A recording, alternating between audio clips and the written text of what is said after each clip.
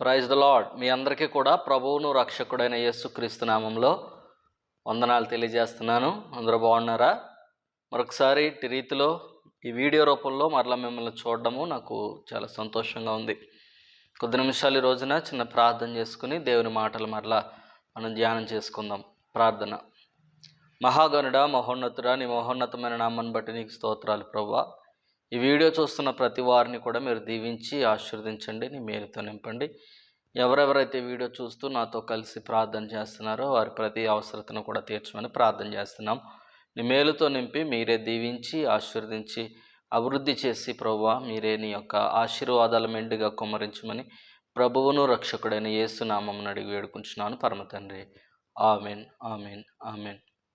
అందరికీ వందనాలు. కొద్ది నిమిషాలు ఈ రోజున మరలా పరిశుద్ధ లేఖనాలు మరలా మనం ధ్యానించుకుందాం.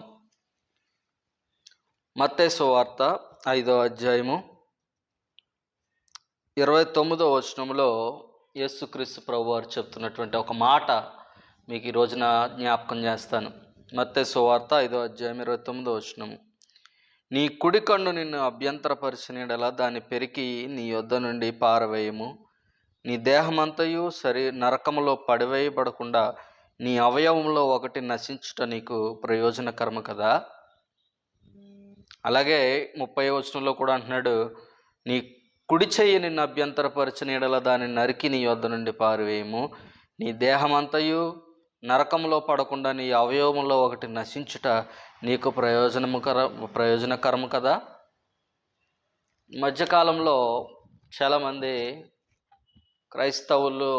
క్రైస్తవ్యంలో ఉన్నటువంటి లొసుగులను బయటికి తీయాలనే ప్రయత్నంలో బైబిల్ చదువుతూ బైబిల్లో కొంచెం కాంట్రవర్షియల్ పదాలు ఉన్నాయి, కొంచెం కాంట్రవర్సీగా ఉన్నాయి. బైబిల్ కూడా అంతా కూడా కాంట్రవర్సీలతో ఉంది, లేకపోతే బైబిల్లో బూతులు ఉన్నాయి, అవి ఉన్నాయి, ఇవి ఉన్నాయి అంటూ ప్రోపగాండా చేస్తున్నారు.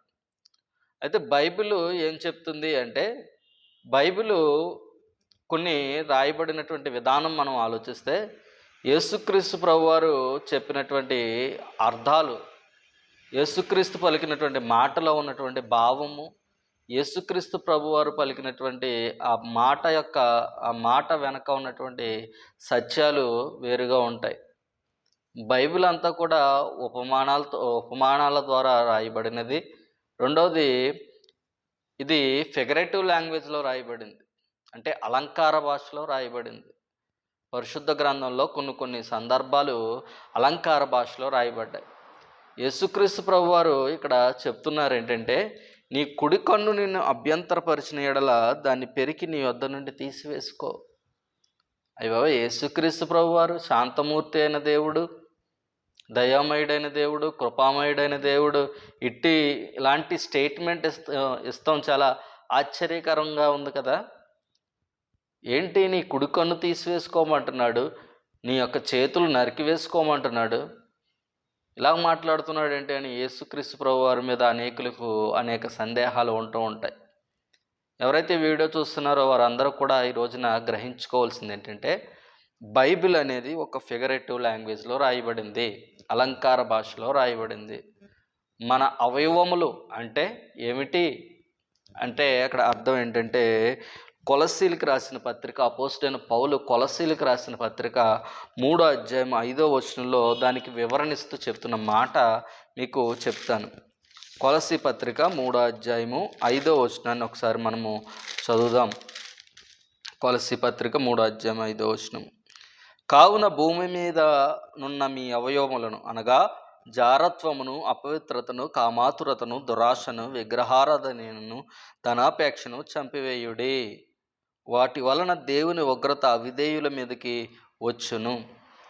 కాబట్టి భూమి మీద ఉన్న మీ అవయవములు అంటే దేవుడు చేతులు నరికేసుకోమన్నాడు, కాళ్ళు నరికేసుకోమన్నాడు అంటే కాదు. ఇక్కడ దాని అర్థం ఏంటంటే, భూమి మీద మనకి అవయవములుగా మారిపోయి మనతో ఉంటున్నటువంటి మన శరీర అవయవాలు ఎలాగైతే మనకి తోడుగా ఉంటున్నాయో అలాగే మనిషిలో దురాశ ఇంకా పెరిగిపోయిందట. ఏముంది? అపవిత్రత ఉంది, జారత్వం ఉంది, కామాతురత ఉంది, ఇంకా దురాశ ఉంది, విగ్రహారాధన ఉంది, ధనాపేక్ష ఉంది. ఇవి భూమి మీద మనకు ఉన్నటువంటి అవయవములు. మనిషి శరీర అవయవాలతో పాటు మనస్సులో నుంచి వచ్చిన ఈ ఆలోచన, ఈ తలంపు విధానాలను మనం చంపివేసుకోవాలని యేసుక్రీస్తు ప్రభు వారి యొక్క ఉద్దేశము. అంటే నీ కన్ను నిన్ను అభ్యంతరపరిస్తే దాన్ని తీసివేయమని కాదు. నీ కంటి ద్వారా నువ్వు చూసి ఆశపడుతున్నావు చూసావా? డబ్బును చూసి ఆశపడడం, ఇతర వస్తువులను చూసి ఆశపడడం, అలాంటిది మానుకో. నీకున్న దాంట్లో నువ్వు తృప్తిగా బ్రతుకు. అదేవిధంగా అంటున్నాడు, దురాశ, ధనాపేక్ష, ఇవన్నీ కూడా భూమి మీద ఉన్నటువంటి అవయవములే, మనకి ఉన్నటువంటి అవయవములు. కాబట్టి మనము అలాంటి వారిగా మనం ఉండవద్దు అని బైబిల్ చెప్తుంది. కాబట్టి ఇక్కడ ఈ మాటకి అర్థం ఏంటంటే, మన భూమి మీద ఉన్నటువంటి మన అవయవములు అంటే ఈ జారత్వము, వ్యభిచారాలు, లేకపోతే చెడు లక్షణాలు, కామాతురత, లేకపోతే దొంగతనాలు, నరహత్యలు, ఇలాంటి వాటిని మనం తగ్గించుకోవాలని యేసుక్రీస్తు ప్రభు వారు చెప్తున్నారు. కాబట్టి బైబిల్ని మనము ఎప్పుడు కూడా భౌతికంగా చదివితే దానిలో ఉన్నటువంటి భావము మనం గ్రహించుకోలేము. ఈ రోజున చాలామంది చూడండి, భౌతికంగా బైబిల్ చదివి బైబిల్లో ఇలా ఉంది, అలా ఉంది, ఇలా ఉంది, ఎలా ఉంది అని చెప్పి బైబిల్లో విమర్శిస్తున్నారు. కానీ బైబిలు అనేది దాన్ని మనం అర్థం చేసుకోవాలి అంటే అది మనుష్య జ్ఞానంతో చదివితే అర్థమయ్యేది కాదు. అది దైవ జ్ఞానంతో నింపబడాలి. దేవుని యొక్క పరిశుద్ధాత్మతో నింపబడిన వాడే దానిలో ఉన్నటువంటి భావాలను చెప్పగల సామర్థ్యత కలిగి ఉంటారు. కనుక ఈ రోజున గొప్ప గొప్పవారైన దైవజనులు బైబిల్లో ఉన్నటువంటి లోతైన మర్మాలు మనకు తెలియజేస్తున్నారు. అయితే వాటిని గ్రహించకుండానట్లు సాతాను మన కన్నులకు గ్రుడ్డితనం కలగజేయటం ద్వారా, లేకపోతే మతోన్మాదులు, లేకపోతే రకరకాల వాళ్ళు ఈనాడు యూట్యూబ్ ఛానల్స్లో వచ్చి బైబిల్లో అలా ఉంది, ఇలా ఉంది, బైబిల్లో ఇది అది అని చెప్పి రకరకాల మాటలు మాట్లాడుతున్నారు. ఇదంతా కూడా సాతాను చేసే కుట్రే. బైబిల్లో మనుషులు పాపం చేశారు, దానికి దేవునికి ఏమాత్రం సంబంధం లేదు. దావీదు పాపం చేశాడు, అది తన సొంత కోరిక తప్ప అది దేవుడు తన మదిలో పెట్టినటువంటి ప్రేరేపణ, తన ఆలోచన కాదు. తన కన్ను దావీదును అభ్యంతరపరిచిన కారణం చేత బెత్షెబతో పాపం చేశాడు. అది ఒక నరమత్తుడు చేసిన పాపం. కానీ దేవుడైనటువంటి యేసుక్రీస్తు ప్రభు వారు ఎటువంటి పాపం చేయలేదు. అందుకే ఆయన అన్నాడు, ఇదిగో నాలో పాపం ఉందని మీలో ఎవడు నిరూపించగలడు? యేసుక్రీస్తు ప్రభు వారిలో పాపం బైబిల్లో యేసుక్రీస్తు ప్రభు వారే కదా క్రైస్తవులకి ముఖ్యమైన వాడు, దావీదు కాదు. దావీదు పాపం చేసి ఉండవచ్చు, మేబీ ఆయన నరమాత్రుడు, నాలాంటి నరుడు మాత్రమే. లేకపోతే బైబిల్లో కొంతమంది ఏదో పాపాలు చేసి ఉండవచ్చు, కానీ వారు నరమాత్రులు మాత్రమే. లోతు పాపం చేశాడు అంటున్నారు, లోతు నరమాత్రుడు మాత్రమే. కానీ యేసుక్రీస్తు ప్రభు వారు దేవుడు, యేసుక్రీస్తు ప్రభు వారు రక్షకుడు. ఆయన మనకు మాదిరి తప్ప దావీదు కాదు, లోతు కాదు, వీరెవరిని కూడా మేము మాదిరిగా తీసుకోం.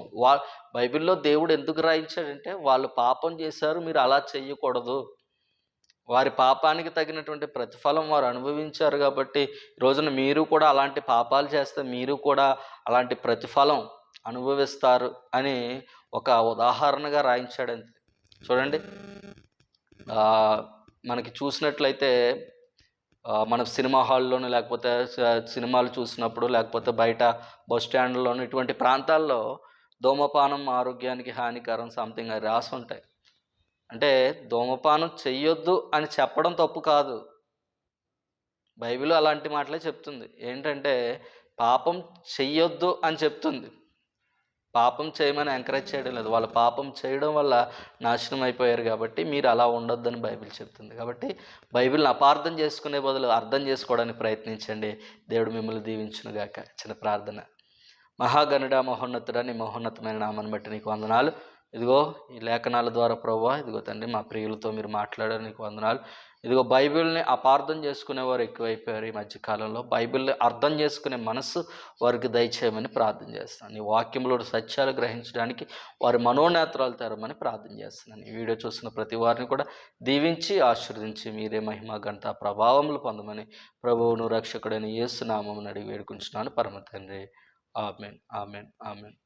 అందరికీ వందనాలండి. వీడియో చూస్తున్న మీ అందరూ కూడా ఈ మా ఛానల్ సబ్స్క్రైబ్ చేయండి, లైక్ చేయండి, కామెంట్స్లో మాకు తెలియచేయమని తెలియజేస్తున్నాను. బైబిల్ని ఎవ్వరు కూడా అపార్థం చేసుకోవద్దు, అర్థం చేసుకుని చదివితే దేవుడు మీతో ఖచ్చితంగా మాట్లాడతాడు. May God richly bless you. Thank you.